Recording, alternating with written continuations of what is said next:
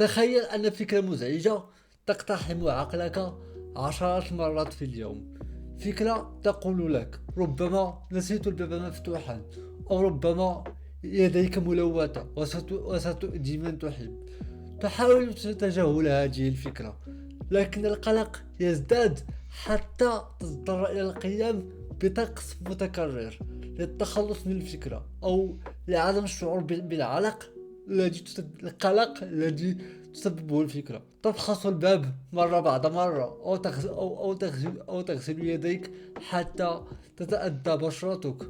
تشعر للحظة فقط أنت شفتي الباب واش مسدود ولا واش البوطة ما مشعولاش، وصافي هي مؤقتا.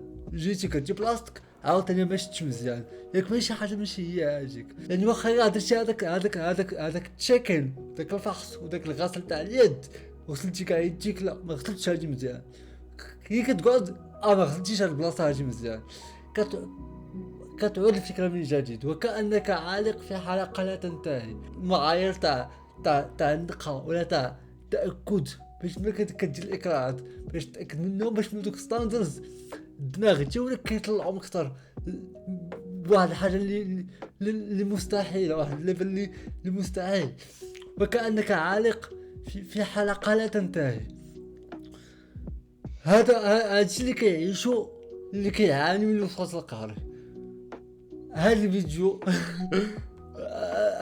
اللي غادي يبدا غنتعرفوا فيه كيف تبدأ هذه الأفكار المزعجة، ولماذا تسيطر على الدماغ، ما هي الطقوس القهرية، وكيف تساهم في استمرار المشكلة، الأعراض الشائعة التي قد تعطل الحياة اليومية وتستهلك الساعات، والطريقة للتعامل مع الوسواس القهري وكسر هذه الحلقة واستعادة التحكم بالحياة. هذه الطريقة هي التعرض ومنع الاستجابة exposure and response prevention.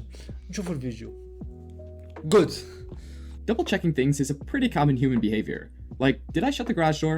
Better double check. How about locking the front door? Double check. Gas stove and oven off? Double check. We all do it, but what if you feel compelled to triple check it, or even quadruple check it, or quintuple check it even? Then it might be considered an obsession. Now, what if you have to do a certain ritual with the gas stove and oven before leaving the home each time?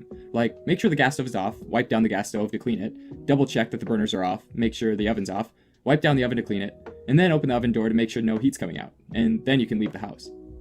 Then that might be a compulsion.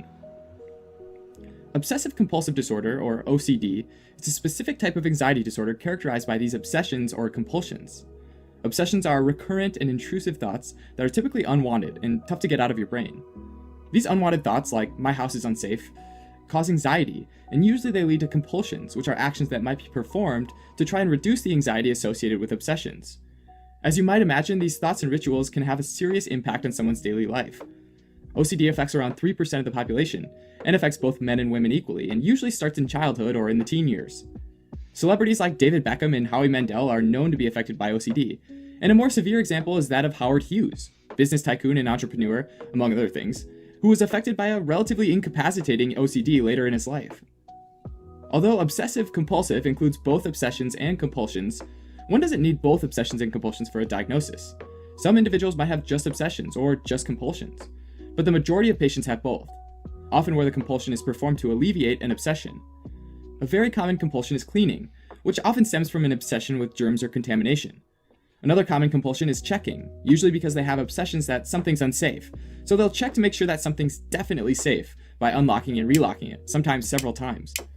More generally though, repeating is a compulsion on its own, where an action or phrase is repeated several times, and usually this is done because if it's not, they think something bad will happen. Sometimes patients might feel compelled to order or arrange things, because when they're out of order, it causes anxiety and discomfort. Finally, mental rituals are also obsessions. These are often done to try to neutralize intrusive or what they think are bad thoughts. So they might try and call up specific words or phrases they think are good thoughts to try and replace the bad thoughts. Now, the Diagnostic and Statistical Manual for Mental Disorders, the 5th edition, or the DSM-5, gives specific diagnostic criteria to meet for a diagnosis of OCD.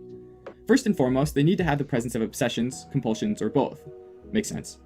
The obsessions and or compulsions need to also be time-consuming, often such that it produces distress with their social life and their work. For example, taking 2 hours every day folding and unfolding clothes and then being late for work. It's also important that the obsessions and compulsions are not due to the physiological effects of a substance or other medical condition. Finally, the apparent anxiety isn't better explained by another mental disorder, like for example, an obsession with personal appearance, like in dysmorphic disorder. Like most mental disorders, there isn't a known cause of OCD, though it's thought to be a combination of genetic and environmental factors. Treatment usually involves psychotherapy, medications, or both. Among psychotherapy options, cognitive behavior therapy has been effective, specifically a technique called exposure and response therapy, where patients are first exposed to the anxiety and compulsion-provoking situation, ultimately showing that the anxiety actually lessens when the compulsion is not carried out.